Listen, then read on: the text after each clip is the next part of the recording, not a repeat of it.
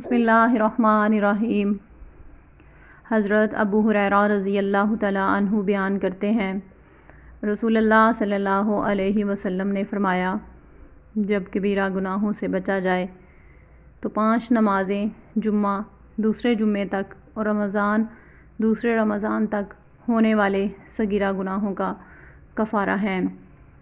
ایک اور حدیث میں حضرت ابو ہریرہ رضی اللہ تعالیٰ عنہ بیان کرتے ہیں، رسول اللہ صلی اللہ علیہ وسلم نے فرمایا، مجھے بتاؤ، اگر تم میں سے کسی شخص کے گھر کے سامنے نہر ہو اور وہ ہر روز اس میں 5 مرتبہ غسل کرتا ہو تو کیا اس کے جسم پر کوئی میل باقی رہ جائے گی؟ صحابہ نے عرض کیا، اس کے جسم پر کوئی میل باقی نہیں رہے گی۔